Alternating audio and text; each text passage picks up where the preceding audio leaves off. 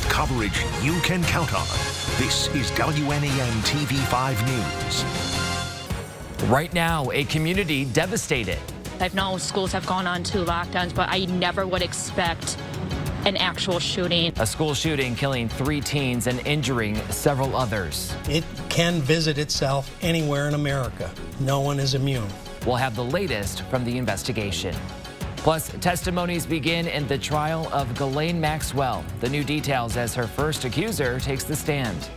And the Supreme Court will hear arguments in the most significant challenge to Roe v. Wade in a generation. This is a monumental opportunity for the pro-life movement. It's unfair for women across the nation. What could be next for Mississippi's ban on abortions? It's time to wake up Mid-Michigan. It's Wednesday, December 1st. Good morning, everyone. Happy Wednesday to you. Thank you so much for waking up with us. I'm Blake Keller. And I'm Colette Stinger. Happy December 1st. The weekend is in sight. I can't believe it's the 1st of December. Ooh, we are in for a bit of a warm up. Chris, what is in your weather goodie bag to help us get over the hump today? A little bit of warmth. That it is the first day of meteorological winter. So December 1st, not only just a significant day for the month of December, but also kicks off a brand new season, of course. Our temperatures in the 20s and 30s this morning, definitely feeling like winter as you head out the door early today. Later today, though, it may not be what you would expect, as we do expect our highs to go back in the 40s. Our wind chill's not too bad this morning, so as you step out the door in Saginaw, it feels like 23. Midland, you're right there too, just a touch warmer in Mount Pleasant and Alma at 24. East Tawas, you're feeling like 30, and Oscoda, our lone spot that's feeling like the teens. As we begin today, your winds coming out of the southwest about 5 to 10 miles per hour at the most, so another day with generally light winds to start, but we do expect those to pick up a little bit more, especially as we go towards tonight. Your radar is all dry this morning. No concern of any wet weather as we begin today. There is a system to our west, expecting that to break up a little bit as it makes eastward progress, and expecting only light showers and maybe a little bit of drizzle out of that. Otherwise, things in good shape for today, just cloudy at times. Your hour-by-hour forecast shows we're headed towards the upper 30s and low 40s. Those highs may be achieved just a little bit later than they usually are, but still going to be on the warm side of things, and will stay that way tomorrow. Your live on-time traffic map doesn't look too bad this morning. Have one accident in Genesee County that's just to the north of Flint, so that's at White Street and DuPont Street. So if that's a part of your morning drive, be mindful in that area. Chris, thank you very much. Well, developing this morning, we now know the names of the 3 students who died after a suspected gunman opened fire at Oxford High School Tuesday afternoon. They are 16-year-old Tate Meyer, 14-year-old Hannah St. Juliana, and 17-year-old Madison Baldwin. Several others remain in critical condition. The Oakland County Sheriff's Office says more than 100 deputies and 200 other first responders were on scene. Authorities have been investigating throughout the night, and the 15-year-old suspected shooter is being held at a juvenile facility and is on suicide watch. Laura Podesta has the very latest. Investigators in Oakland County, Michigan are searching for a motive in the country's latest school shooting. The person that's got the most insight of the motive is not talking. Preliminary investigation revealed that the weapon used in this shooting was purchased on November 26th, 4 days ago, by the boy's father. Police say the 15-year-old suspect posted pictures that showed he had practiced with the semi-automatic handgun.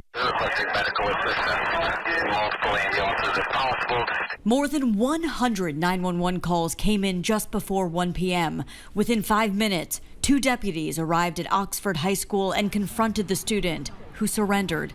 They went in and searched out the threat. They went to the gunshots. Officials say the gunman fired at least a dozen rounds, hitting 10 students and 1 teacher.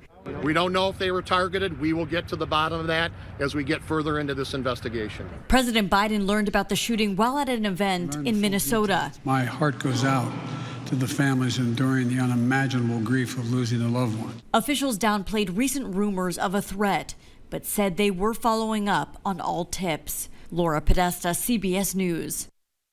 Now, authorities say the sheriff's office has intervened in 3 events across Oakland County that were all deemed not credible, and the office did not receive any tips ahead of time of this incident. The Oakland County prosecutor says she will file charges quickly and promises an update later today.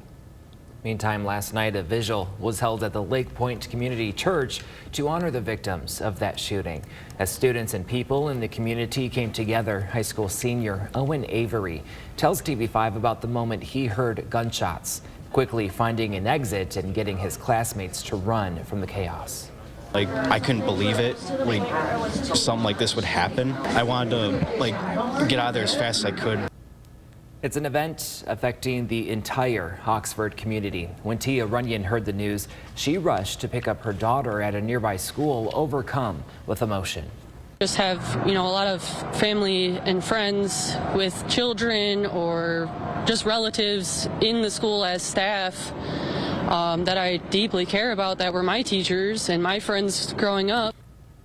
Police say they plan to interview all the students as part of the investigation and ask if you have any information, call the number on your screen, 248-858-4911.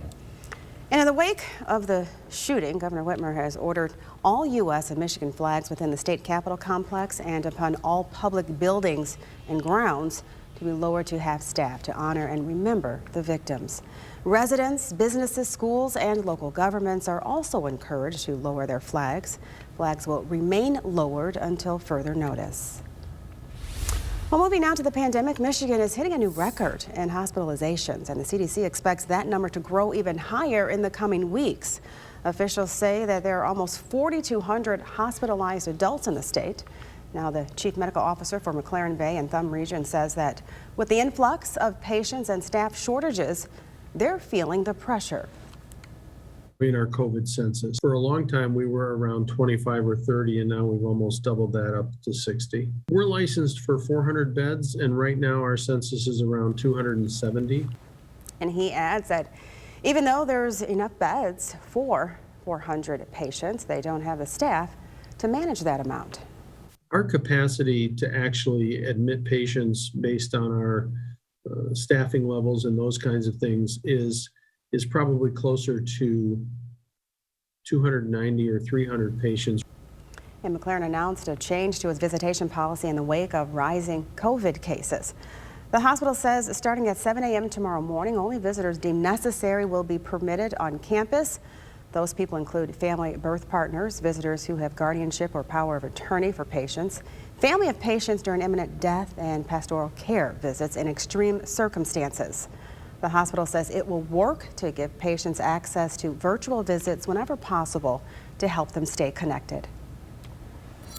Continuing coverage, Consumers Energy has determined there were no issues with its natural gas system leading up to the Flint home explosion. A spokesperson confirmed the company's field evaluation is complete and its role in the investigation is done. The utility has been working with law enforcement. 27 homes were damaged or destroyed in that explosion. A 4-year-old girl and a 55-year-old woman were killed. 2 others were injured. More local news now. Bay County is joining many mid-Michigan communities where holiday shoppers could get a dollar-for-dollar match on select purchases.